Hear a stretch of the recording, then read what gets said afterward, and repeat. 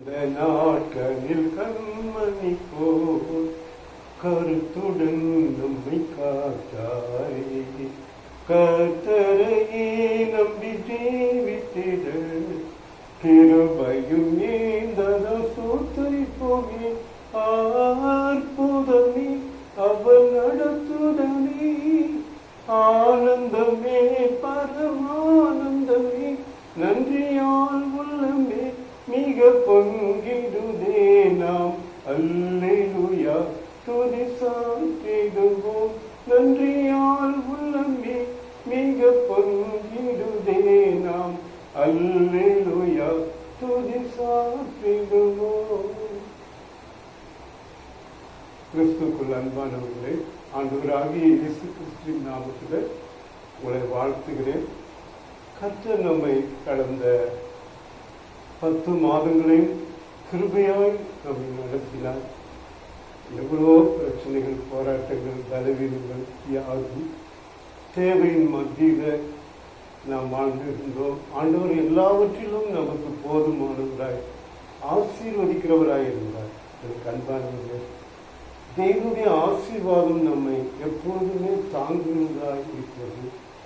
கர்த்தருடைய வார்த்தைக்கு கீழ்ப்படிந்து அவைகளை கை கொள்வதனால் கிடைக்கும் ஆசீர்வாதங்கள் அநேகம்.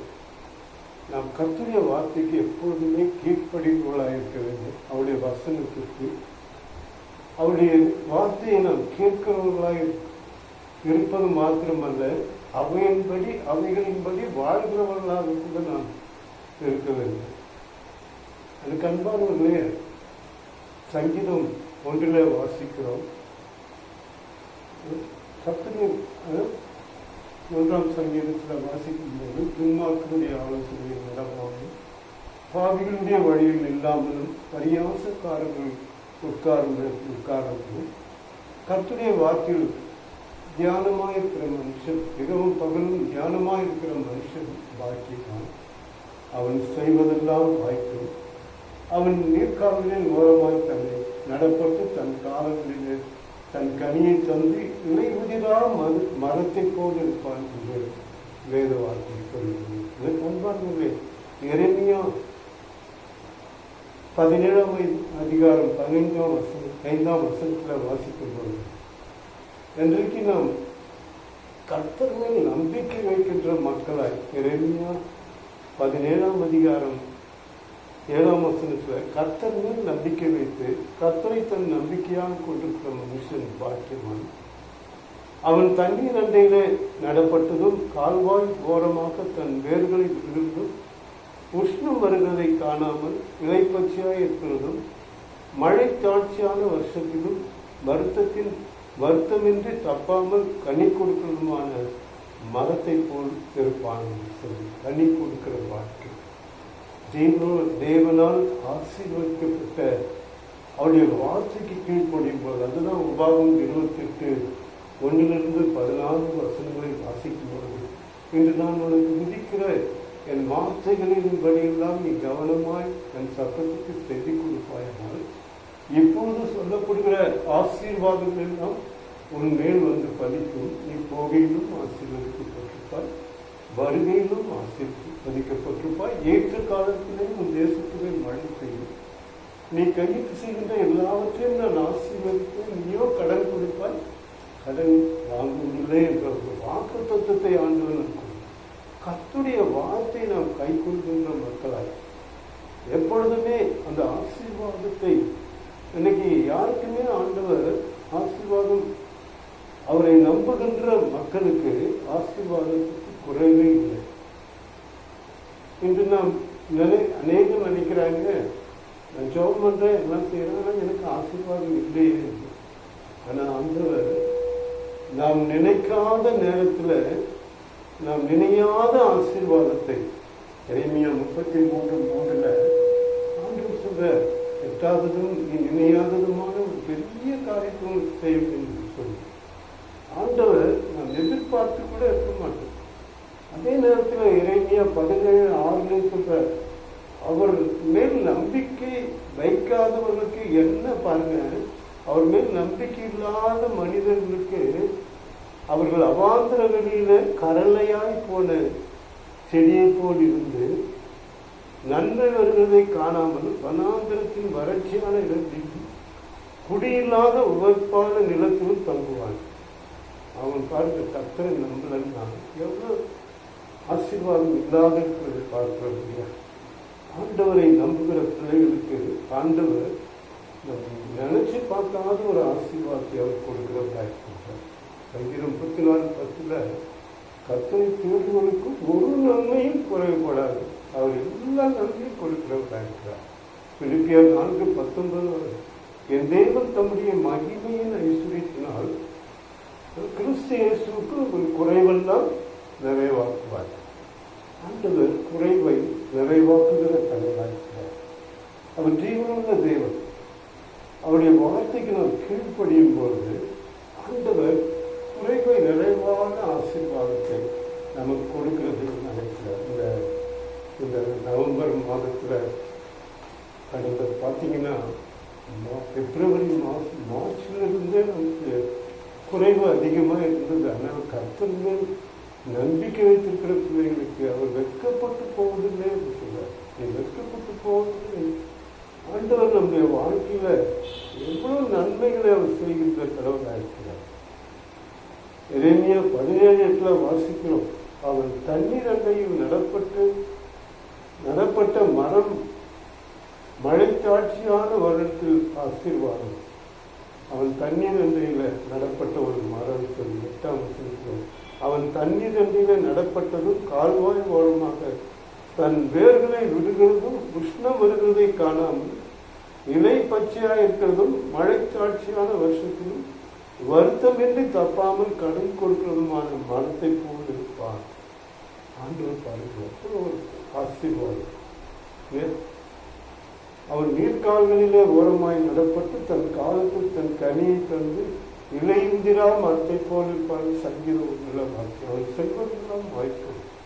கடவுள் நம்ம கொடுத்திருக்கிற ஒரு பெரிய ஆசீர்வாதம்னா அவர் நமக்கு ஒரு நல்ல ஒரு கிருபையான ஆசீர்வாதத்தை கொடுத்திருக்கிறார்.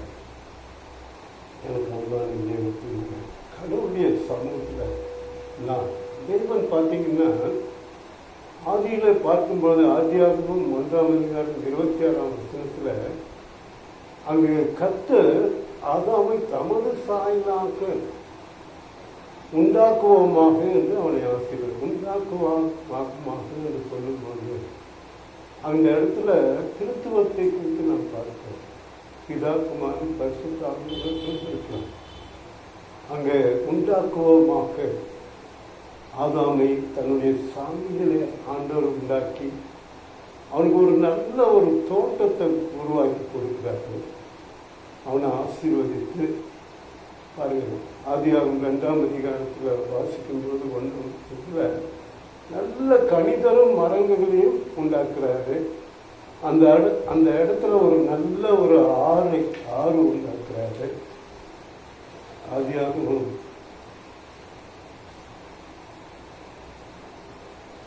2ஆம் அதிகாரத்தில்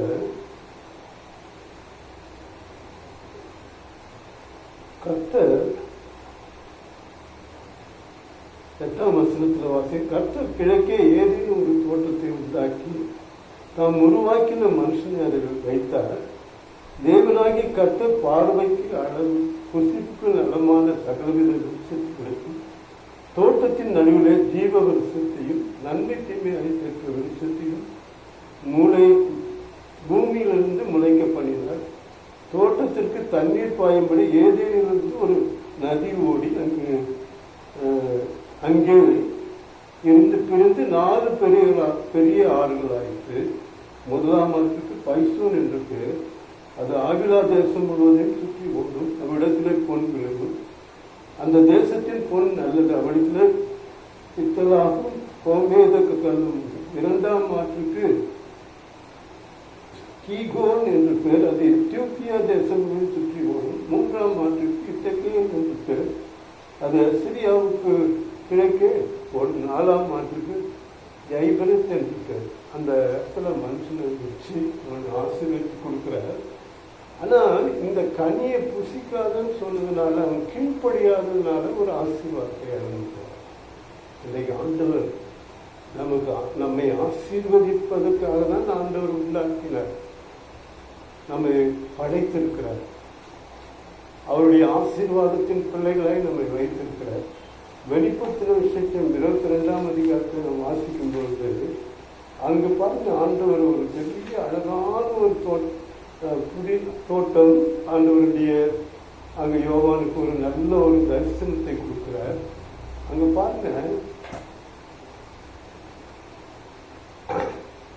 21ஆம் வசனத்திலிருந்து, பின்பு பளிங்கு போல் தெளிவான ஜீவ தண்ணீர்களை சுத்தமான நதி தேவனும் ஆட்டுக்குட்டியானவரும் இருக்கிற சிங்காசனத்திலிருந்து புறப்பட்டு வருகிறது எனக்கு காண்பித்தான்.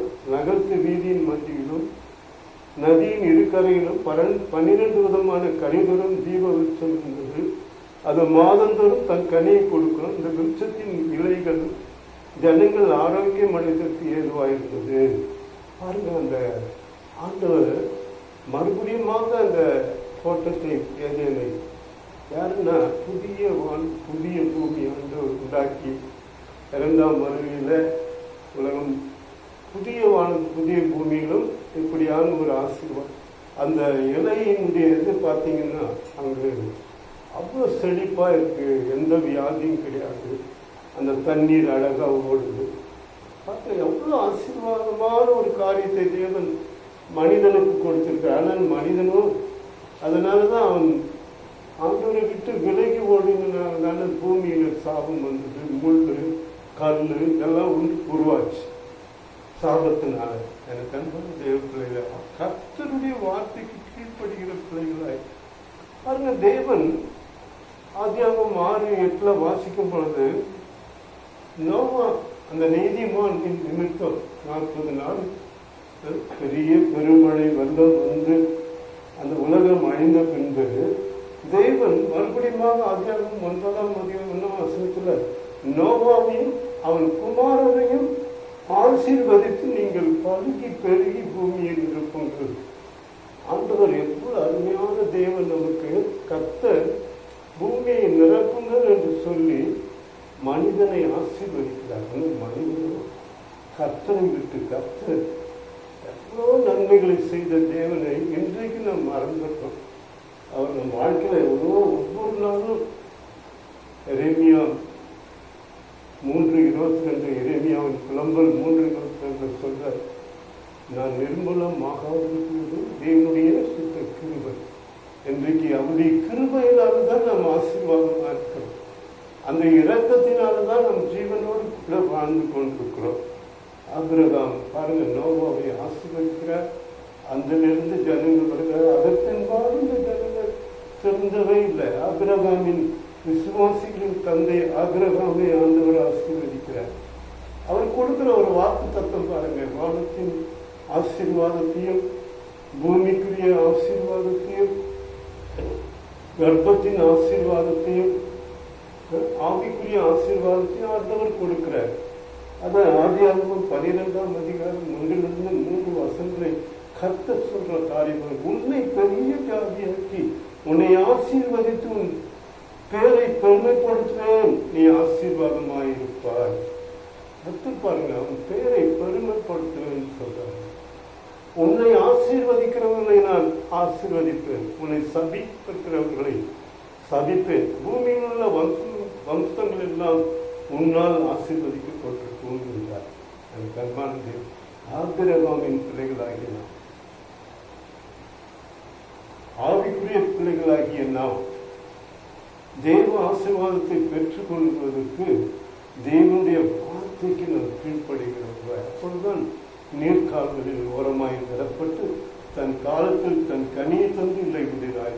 புதிய மாதத்தில் கர்த்தர் உங்களை இவ்விதமாக ஆசீர்வதிக்கும்.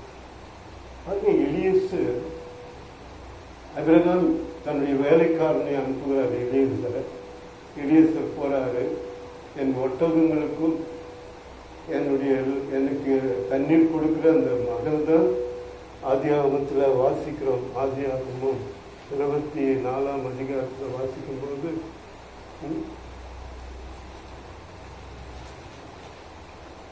அங்க பார்க்கிறோம். அந்த ஆதியாகமம் 24 அங்கு ரெபேக்காள் 20ஆம் வசனத்திலிருந்து வாசிக்கிறோம். அவள்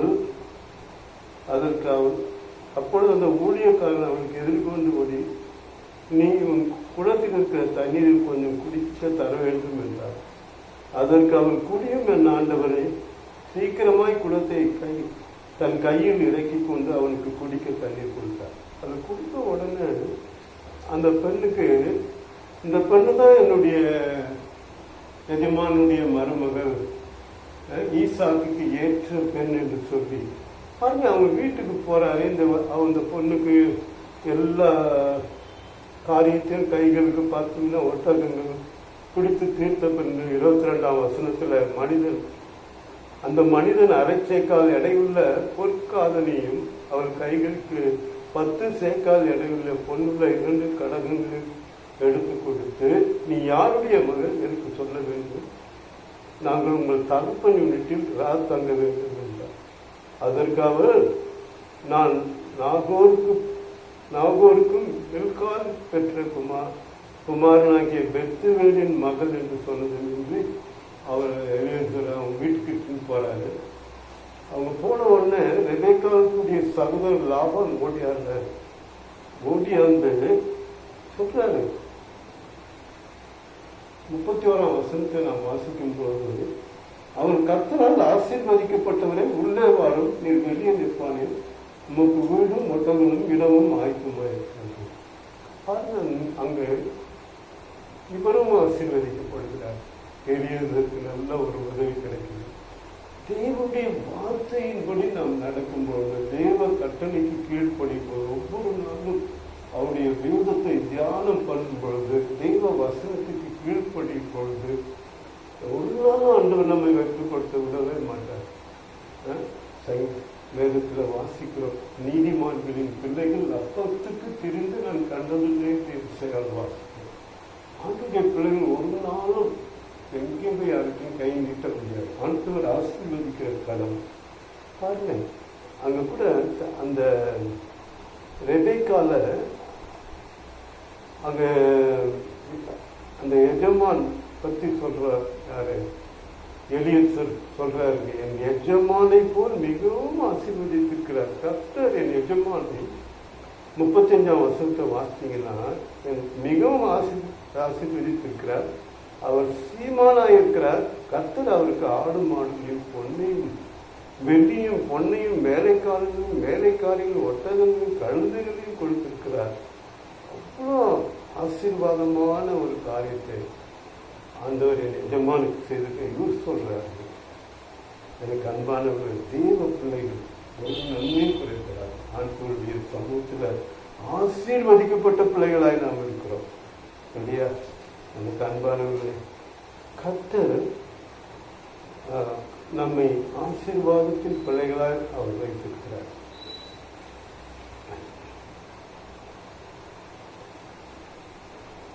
எனக்கு அன்பானவர்களே, கர்த்தர் சமூகத்தில் நாம் எப்பொழுதும் செபிக்கின்ற பிள்ளைகளாய் தேவ சமூகத்துல கடவுளுக்கு நம்மை ஏற்ற காரியங்களில் வாய்க்கும் பொழுது கர்த்தர் நம்முடைய எல்லா காரியங்களையும் வாய்க்கும். நாம் ஜெபிக்கும் பொழுது ஆண்டவர் நமக்கு எல்லா உதவிகளையும் செய்து கொண்டிருக்கிறார்.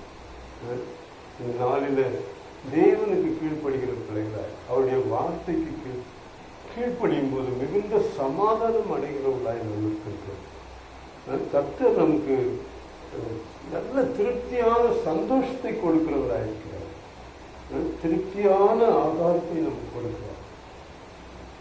உபாகம் 11, 13 15 வசனங்களை நாம் வாசிக்கிறோம்.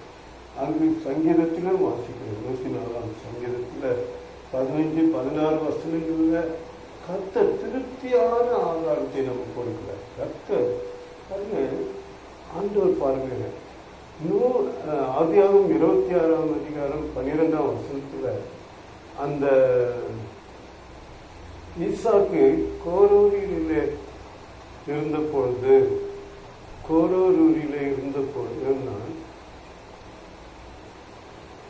கர்த்தரால் அவள் ஆசீர்வதிக்கப்பட்டான் என்று சொல்லப்பட்டிருக்கு. அந்த ஊர்ல இருந்த போது அந்த ஊர் ராஜா சொல்றாங்க, அபிமெலேக்கு நீ ஏன் அங்கேயும் தன்னுடைய ஆபிரகாம் எப்படி தன்னுடைய சாராவை தன்னுடைய சகோதரின்னு சொல்லியிருந்தாரோ அதே மாதிரி ஈசாக்கு சொல்றாரு, இவன் என் சகோதரினால இவங்க விளையாடுறது அந்த லாமாக்குன்றவன் அபிமலைக்கு பார்க்குறான் அங்கேருந்து வெளியே. அந்த 26ஆம் அதிகாரத்தை நீங்கள் படிச்சீங்கன்னா இருக்கு. அதுக்கப்புறம் இவங்க 3 இடத்துல கிணறு தோண்டும் போது அங்கே இருக்கிற அந்த ஜனங்க இது எங்களுடைய கிணறு. அதுக்கப்புறம் இன்னொரு இடத்துல கிணறு தோண்டி அந்த இடத்துல ஒரு ஆசீர்வாதம் மாதிரி நீரூற்றை பார்க்கிறார்கள். அப்போ அந்த வசனத்தை நாம் வாசிக்கும்போது ஆதியாகமம் 26, 29 வாசிக்கிறோம். உன்னோடு கூட நாங்கள் ஒப்பந்தம் பண்ண வந்திருக்கிறோம், நீர் கர்த்தரால் ஆசீர்வதிக்கப்பட்டவராமே, நீர் கர்த்தரால் ஆசீர்வதிக்கப்பட்டவர் என்று சொல்றதை பார்க்கிறோம். அதே 26ஆம் அதிகாரம் 12ஆம் வசனத்துல அந்த தேசத்துல அவன் விதை விதைத்தான் 100 மடங்கு ஆசீர்வாதத்தை பெற்றுக்கொண்டார். கர்த்தர் செய்கிற எல்லாரும் கையின் பிரயாசத்தை சாப்பிடுவாய், பாக்கியமும் நன்மையும் உண்டாயிருக்கும் என்று சொல்லி கர்த்தருக்கு பயப்படுகிற மனுஷன் விதமாய் ஆசீர்வதிக்கும். 128ஆம் சங்கீதத்தில் அவன் மனைவி அவன் வீட்டோரங்களில் கனிதரும் திராட்சை கொடியை பொழிப்பார், அவன் பிள்ளைகள் ஒலிவ மர கன்றுகளைப் போல இருப்பார்கள் என்று சொல்லி. ஆமா, ஆண்டவர் ஆசீர்வாதத்தை நமக்கு வைத்திருக்கிறார். அந்த ஆசீர்வாதத்தை நாம் பெற்றுக்கொள்ளணும்னா அவருடைய கட்டளைக்கு நாம் செவி சாய்க்கிறவர்களாய் கீழ்ப்படுகிறவர்களாய் இருக்க வேண்டும். அவர் சொல்லுகின்ற காரியங்களுக்கு நாம் நடத்துகின்ற பிள்ளைகளாய் இருக்க வேண்டும். ஏசாயா 61:8-9 வசனங்களை வாசிக்கும் போது இவர்கள் கர்த்தரால் ஆசீர்வதிக்கப்பட்டவர்கள் என்று சொல்லி ஏசாயா சொல்றோம். நாமெல்லாம் கர்த்தரால் ஆசீர்வதிக்கப்பட்ட பிள்ளைகள். எனக்கு அன்பான கடைசியான லூக்கா 1ஆம் அதிகாரம் 27-28 தேவதூதன் மரியான வீட்டில் பிரவேசித்து ஸ்திரீகளுக்குள் நீ ஆசீர்வதிக்கப்பட்டவன் தேவதூதன், நீ பாக்கியவதி, ஸ்திரீகளுக்குள் நீ ஆசீர்வதிக்கப்பட்டவன். அதே லூக்கா 1:38-42 வசனங்கள் உன் கர்ப்பத்தின் கதையும் ஆசீர்வதிக்கப்பட்டது எப்படி ஆசீர்வதிக்கிற எலிசபெத் ஆசீர்வதிக்கிறார். இன்றைக்கு கர்த்தரால் ஆசீர்வதிக்கப்படுகிற பிள்ளைகளாய் நாம் இருக்கிறோம். அன்பானவர்களே, தேவ பிள்ளைகள் ஒவ்வொருவரும் உண்மையுள்ள மனுஷன் பரிபூர்ண ஆசீர்வாதத்தை பெறுவான் என்று சொல்லி நீதிமொழிகள் 28:20 வாசிக்கிறோம். நீதிமான்களில் சன்னதி ஆசீர்வதிக்கப்படும். சங்கீதம் 37:25-26 நீதிமான்களின் பிள்ளைகள் அவனுடைய சன்னதியும் ஆசீர்வதிக்கப்படும். எனக்கு அன்பான தேவ பிள்ளைகள், இந்த புதிய மாதத்தில் தேவனுடைய கருத்தில் நம்மை அர்ப்பணித்து அந்த பழைய ஏற்பாட்டில் வாசிக்கும் பொழுது மோசே ஆதியாகமம் 19ஆம் அதிகாரத்தில் அங்கு மோசே யாக்கோபின் குமாரர்கள் 12 பேர்களை அழைத்து அந்த இஸ்ரவேல் புத்திரர்களை ஒவ்வொருவருக்கும் ஒரு ஆசீர்வாதத்தை கொடுத்துட்டு வராங்க. உபாகமம் 33:21 வசனத்துல காத் முதன்மையானதை விரும்பினான் என்று சொல்லி அவன் ஆசீர்வாதத்தோடு கர்த்தருடன் இருந்தான். அதனாலதான் அவன் முதன்மையானதை விரும்பினான் என்று சொல்லி கர்த்தர் ஆதியாகமத்தில் வாசிக்கிறார். அங்கு மோசே இஸ்ரவேல் புத்திரரை ஆசீர்வதிக்கிறார். ஆதியாகமம் 19ஆம் அதிகாரத்துல யாக்கோப்பு தன்னுடைய 12 பிள்ளைகளை ஒவ்வொருவரையும் ஒவ்வொரு விதமாக தேவன் ஆசீர்வதிக்க வைப்பார். அதுக்கு அன்பான நம்முடைய பிள்ளைகளை நாம் என்ன பண்ண தெரியுமா? அதில் எழுந்திரிச்சு ஜபிச்சு நம்முடைய பிதாக்களின் சுதந்திரம், பிதாக்களின் ஆசீர்வாதம் பிள்ளைகள் நீங்க எழுந்திரிச்சோம்னா ஜபத்தோடு எந்த விதமான தீமையான வார்த்தைகள் வாயிலிருந்து வரவே கூடாது. இல்லையா? கடவுள் நம்மை மீட்கும் பொருளாக தான் இந்த உலகத்துல வந்தார். மற்ற 20:8 வாசிக்கிறோம். எவ்வளவு பெரிய ஆசீர்வாதம்! இயேசு கிறிஸ்துவினால் உண்டான ஆசீர்வாதங்களை பார்க்கும் பொழுது கர்த்தர் பிசாசுகளை துரத்துகின்ற ஒரு வல்லமையை கர்த்தர் மத்திய 8:16 வாசிக்கிறோம். அவர் ஒரு அபிஷேகத்தை நமக்கு கொடுத்திருக்கிறார். பாருங்க, அவரை தொட்ட மக்கள் எல்லாம் சொஸ்தமானார்கள். குஷ்டரோகி பார்வை அடைகிறார். லூக்கா 7:2 அவர் நாமத்தில் விசுவாசம் வைத்தவர்கள் எத்தனை பேர்களோ அத்தனை பேர்களும் அவருடைய பிள்ளைகளாகும்படியான அதிகாரத்தை தேவன் நமக்கு கொடுத்திருக்கிறார். யோவான் வாசிக்கிறோம். யோவான் 1:12 அவர்களுடைய பிள்ளைகளாகும்படி ஒரு ஆசீர்வாதத்தை அந்த நாள்ல பாருங்க. அதிகார நூற்றுக்கு அதிபதிகள் எல்லாம் இயேசு கிறிஸ்துவின் மேல நம்பிக்கை வைத்து விசுவாசம் வைத்தார்கள் என்று சொல்லி யோவான் 20:30 30 வாசிக்கிறோம். 17:31 வாசிக்கிறோம். 21:25 அவர் மேல் நம்பிக்கை வைத்த அவர்கள் ஆசீர்வதிக்கப்பட்டார்கள். கர்த்தர் பாருங்கள், நம்முடைய பாவங்களை மன்னித்தார்.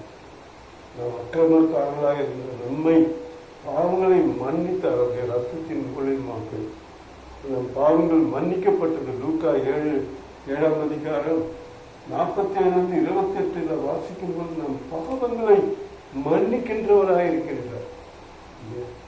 அவருடைய ரத்தத்தினாலே 1 யோவான் 1:7 இயேசு கிறிஸ்துவின் ரத்தம் சகல பாவங்களையும் மூடி ரட்சிக்கும், குணமாக்கும், மீட்கும் என்று சொல்லப்படுகிறது. மத்திய 27 வாசிக்கிறோம். அவர் உயிர்த்தெழுதலின் மூலமாக நமக்கு ஒரு ஆசீர்வாதம். அவர் உயிர்த்தெழுதலின் மூலம் மத்திய 27:51-53 வாசிக்கும் பொழுது அவர் உயிர்த்தெழுதலின் மூலம் சரீரங்கள் மரணத்தில் அநேக பரிசுத்தவான்கள் உயிர்த்தெழுந்தார்கள் என்று பார்க்கிற கல்லறையில் இருந்து எனக்கு அன்பான தேவ பிள்ளைகளை கடவுள் நம்மை ஆசீர்வாதத்தின் பிள்ளைகளாய் நம்மை வைத்திருக்கிறார். எனக்கு அன்பான தேவ பிள்ளைகள் கர்த்தர் சமூகத்தில் நம்மை முதன்மையாக வைத்து கர்த்தரை நம்புகிறவனோ செழிப்பான். நீதிமொழிகள் 28:25 கர்த்தரை நம்புகிறவன் செழிப்பான். புதிய மாதத்தில் கர்த்தர் உங்களை அதிகமாய் ஆசீர்வதிப்பார், நன்மையினால் நிரப்புவார். கர்த்தர் மேல் நம்பிக்கையாய் இருந்து அவரை நம்பிக்கையாய் கொண்டிருக்கிற மனுஷன் பார்க்கிறோம். எரேமியா 17:5 வாசிக்கிறோம். அவர் மேல் நம்பிக்கையாய் இருக்கிற மனுஷன் பாக்கியம். அவன் நீர்கால்களில் ஓரமாய் நதிப்பட்டு தன் காலத்தில் தன் கனியை தந்து இலையுதிரா மரத்தை போல் ஆசீர்வதிக்கப்பட்ட சன்னதியை ஆசீர்வதி. புதிய மாதத்துல கர்த்தரால் ஆசீர்வதிக்கப்பட்ட ராமே நீர். நம்ம பார்த்து எப்படி ஈசாக்க பார்த்து அந்த ராஜா சொன்னான்னா அதே மாதிரி மற்றவர்கள் நம்மளை பார்த்து இவர்கள் கர்த்தரால் ஆசீர்வதிக்கப்பட்டிருக்கிறார்கள். கர்த்தருடைய பிள்ளைகள் என்று சொல்லி நம்மை தேவ பிள்ளைகள் என்று சொல்லி ஆண்டவர் நம்மை ஆசீர்வதி. வேத சொல்லுகிறது உபாகம் 14:29 உன் கை செய்யும் வேலைகள் எல்லாம் உன் தேவனாகி கர்த்தர் உன்னை ஆசீர்வதிப்பார். நீ செய்த வேலையெல்லாம் ஆண்டவர் உன்னை ஆசீர்வதிப்பார். இந்த புதிய மாதத்துல ஆண்டவர் சொல்றாங்க ஆமோஸ் 2:19 நான் இன்று முதல் உங்களை ஆசீர்வதிப்பேன். நான் இன்று முதல் இன்றிலிருந்து இப்பொழுது இந்த 1ஆம் தேதியிலிருந்து உங்களுக்கு நன்மைகளை நான் செய்வேன். ஊழியக்காரர்கள் இந்த உங்களை நான் ஆசீர்வதிக்கிறேன். கர்த்தருடைய பிள்ளைகள், கர்த்தருடைய ஆசீர்வாதம் உங்கள் குடும்பங்களில் உங்கள் பிள்ளைகள் மேல நன்மையா இருக்கணும். கணிதரும் திராட்சை போல் உன் மனைவி இருப்பார். உன் பிள்ளைகள் ஒலிவ மர கன்றுகளைப் போல் 128 கர்த்தருக்கு பயந்து அவர் வழிகளில் நடக்கிறவன் எவனோ அவன் பாக்கியவான் சொல்லணும். இந்த கண்மான தேவப்பிள்ளைகள் தேவன் நமக்கு கர்த்தர் நம் வாழ்க்கையில திரும்பவும் நமக்கு ஒரு சந்தோஷத்தை கொடுக்கிறவராயிருக்கிறார். பிலிப்பியர் 4 வாசிக்கிறோம். 4 எப்பொழுதும் சந்தோஷமாய் சொல்லிட்டு உங்களுக்கு மறுபடியும் சொல்லுகிறது. மகிழ்ச்சியை கொடுக்கிற தேவனாக இருக்கிறார். உபாகமம் 30ஆம் அதிகாரம், உபாகமம் 30ஆம் அதிகாரத்துல வாசிக்கிறோம். 8 10 நீயும் மனம் திரும்பி கர்த்தரின் சத்தத்திற்கு செவி கொடுத்து நான் உனக்கு என்று உனக்கு கற்பிக்கிற அவருடைய எல்லா கற்பனைகளின்படி செய்வாய். அப்பொழுது உனக்கு நன்மை உண்டாகும்படி உன் தேவனாகிய கர்த்தர் உன் கைகள் செய்யும் எல்லா வேலைகளிலும், உன் கர்ப்பத்தின் கனியிலும், உன் மிருக ஜீவனின் பலனிலும், உன் நிலத்தின் கனியிலும் உனக்கு பரிபூர்ண ஆசீர்வாதத்தை உண்டாக்குவார். நீ செய்கிற தொழில், நீ செய்கிற பிசினஸ், நீ எடுக்க போற திட்டங்கள் எல்லாத்தையும் கர்த்தர் இந்த நாளில் இன்று முதல் நான் உங்களை ஆசீர்வதிப்பேன். ஆகாய் 2:9 19 உங்களை கர்த்தர் ஆசீர்வதிப்பார். கர்த்தர் இந்த வார்த்தைகளை ஆசீர்வதித்து கிருபையாய் நமக்கு கொடுப்பார்கள். ஜெபம் செய்வோம், ஜெபிப்போம். எங்களை நேசிக்கிற நல்ல ஆண்டவரே, பரிசுத்த பிதாவின் இந்த புதிய மாதத்துல இந்த தேவ வார்த்தையை, தேவ வசனங்களை கேட்டுக்கொண்டிருக்கிற பிள்ளைகள் மேல் தேவ கிருபையும் தேவ பலனும் ஆண்டவரே அவர்கள் கையிட்டு செய்கின்ற எல்லா பிரயாசங்களும் சங்கீதம் 128:5 உன் கையின் பிரயாசத்தை நீ சாப்பிடுவார். பாக்கியமும் நன்மையும் உனக்கு உண்டாயிருக்கும் என்ற வார்த்தையின்படி நாங்கள் கர்த்தரால் ஆசீர்வதிக்கப்பட்ட ஜனமாய் கர்த்தருடைய பிள்ளைகளாக இருக்க இந்த புதிய மாதம் ஒவ்வொரு குடும்பத்திற்கும், ஒவ்வொரு நண்பர்களுக்கும், ஊழியக்காரர்களுக்கும், பரிசுத்தவான்களுக்கும், நீதிமான்களுக்கும், தேவனுக்கென்று தன்னை அர்ப்பணித்து ஊழியம் செய்கிற பிள்ளைகளுக்கும் இந்த மாதம் முழுவதும் ஆண்டவரே இருப்பதாக தொடர்ந்து இந்த பிரச்சனைகளோடு வழி நடத்தும். இயேசு கிறிஸ்துவின் மூலம் ஜெபிக்கிறேன் பிதாவே, ஆமென். நம்முடைய கர்த்தராகிய இயேசு கிறிஸ்துவின் கிருபை, தேவனுடைய அன்பு, தூயாவியானுடைய ஆசீர்வாதம் வழி நடத்தும் நம் அனைவரோடும் என்றும் என்றும் சதா காலம் நிலைத்திருப்பதாக. ஆமென்.